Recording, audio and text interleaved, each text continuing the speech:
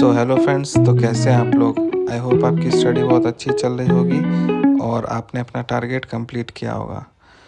तो आप मुझे बहुत दिन बाद सुन रहे होगे और मैं भी आपसे बहुत दिन बाद इंटरेक्ट कर रहा हूँ, बट कोई बात नहीं। मैं बता दूँ कि हमारा इस चैनल पे सीटेट 2026 की तैयारी चल रही है, जिसमें कि हम लोग साथ मिलकर सीटेट 1 एंड 2 दोनों पेपर क्वालिफाई करने वाले हैं। और हमारे पास था 93 डेज चैलेंज, तो जिसमें कि अभी तक हमारे पास 68 डेज़ अभी भी लेफ़्ट है।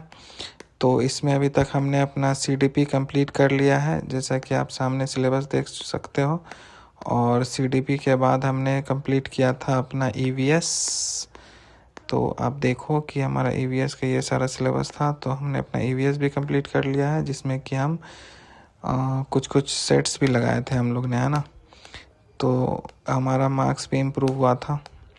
और उसके बाद मैंने बोला था कि हम लोग हिंदी स्टार्ट करेंगे। हिंदी में व्याकरण वगैरह नहीं दिया गया था लेक्चर में, बट अलग से हम लोग को करना पड़ेगा। इसके लिए मैं आगे बात करूँगा। और आज है हमारा 2 दिसंबर, ठीक है। तो अब 2 दिसंबर आ गया गाइस। तो अब हमारे पास 68 दिन बचे हुए हैं, जिसमें कि हमें अपना अभी इंग्लिश करना है, मैथ्स करना है। उसके बाद आप लोग को पेपर 2 के लिए भी एक्स्ट्रा सब्जेक्ट्स करने हैं, ठीक है। तो परेशान होने की बिल्कुल भी ज़रूरत नहीं है। तो अभी तक हमने अपना 3 सब्जेक्ट तो कर लिया है। और मैं बता दूं कि इसमें 2 टाइप के लोग होंगे। एक तो हिंदी कर लिए होगे और एक हिंदी मेरी तरह नहीं कर पाए होगे, ठीक है। तो मैं बता दूं कि मेरा 2 एग्ज़ाम आ गया था, जिसके कारण मैं इस पे फोकस नहीं कर पा रहा था। बट एग्ज़ाम जो था मैंने अपना कंप्लीट कर लिया अच्छे से, और अब मैं थोड़ा बहुत इस पे फोकस कर सकता हूँ।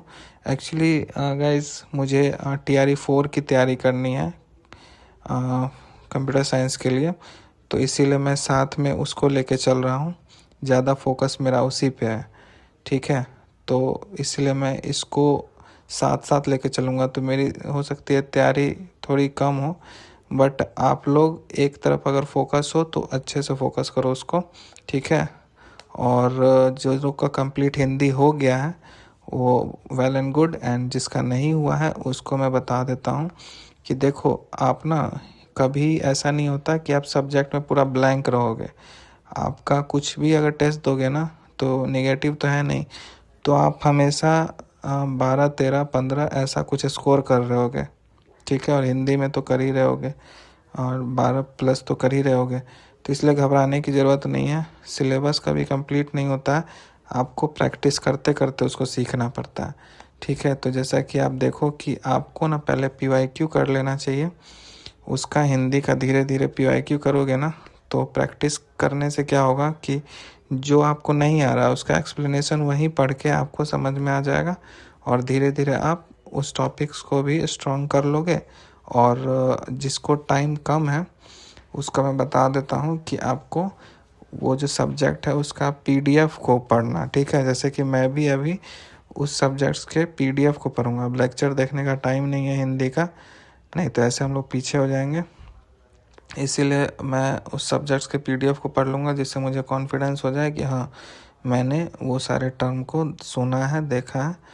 तो उसके बाद मैं अपना प्रैक्टिस सेट्स लगाऊंगा और मैं आपको दिखाऊंगा कि कितना मार्क्स आता है, ठीक है। और अब हमारा टाइम आ गया है इंग्लिश स्टार्ट करने का। तो हमारे पास अभी तक 67 डेज़ बचे हुए हैं 8 फ़ैब के हिसाब से। तो आप देख सकते हैं कि इंग्लिश का हमारा सब्जेक्ट्स ये सारा है सिलेबस। तो उसके बाद मुझे लगता है ना कि कम से कम तो आपको 10 दिसंबर लग जाएगा इंग्लिश करने में, क्योंकि बिहार बोर्ड के जो स्टूडेंट्स होते हैं उनको थोड़ा डर लगता है इंग्लिश से, तो उनको थोड़ा हो सकता है कि स्लो समझ में आए। तो आप अपने हिसाब से देख लेना कि आपको, अगर आपको 3-4 दिन एक्स्ट्रा चाहिए तो इसमें परेशान मत होना। आप लोग अच्छे से लो और धीरे धीरे समझ के अपना इंग्लिश को स्ट्रॉन्ग करना। और उसके बाद आप प्रैक्टिस सेट की कोशिश करना कि मैं PYQ लगा के देखूं कि कितना क्या मार्क्स आता है, ठीक है। तो आप लोग सिलेबस को, आप लोग जो लोग क्लास वगैरह नहीं लिए हो वो लोग नोट कर लो इसको अपने कॉपी में, डायरी में, और उसके हिसाब से आप लोग अपना लेक्चर शुरू कर दो। और जो लोग क्लास लिए हो वो तो अपने क्लास से स्टार्ट करो, ठीक है। और आज के लिए इतना ही।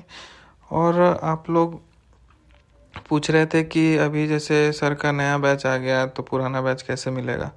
तो पुराना बैच के लिए ना आपको भटकने की ज़रूरत नहीं है। आप सीटेट वाले सेक्शन में जाना, उसमें नीचे में देखना कि एक तो रहता है ऊपर में एक न्यू बैच और एक रहेगा पुराना बैनर टाइप में।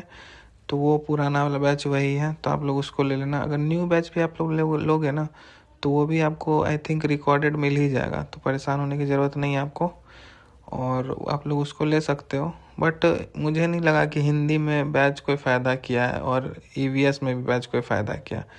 सीडीपी था तो वो तो सर ने ऐसे भी फ्री में बहुत सारा कंटेंट दे दिया था।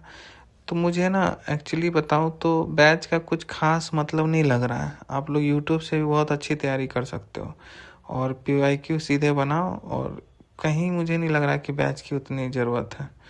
बस बैच आदमी कॉन्फिडेंट रहने के लिए शायद ले लेता है कि पता नहीं भटकने से अच्छा है बैच ले ले, बट उतना ज़रूरत मुझे नहीं लग रहा है, ठीक है।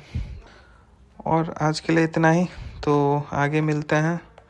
और मैं इधर थोड़ा मेरा शेड्यूल थोड़ा इधर बिज़ी है, मुझे कहीं जाना है तो थोड़ा कम पढ़ पाऊँगा, लेकिन मैं भी कोशिश करूँगा कि अपने टारगेट को अच्छे से कंप्लीट कर लूँ और आप लोग भी करें। और मिलते हैं हम लोग अपना इंग्लिश कंप्लीट करने के बाद, ठीक है। तो आज के लिए इतना ही, ओके बाय।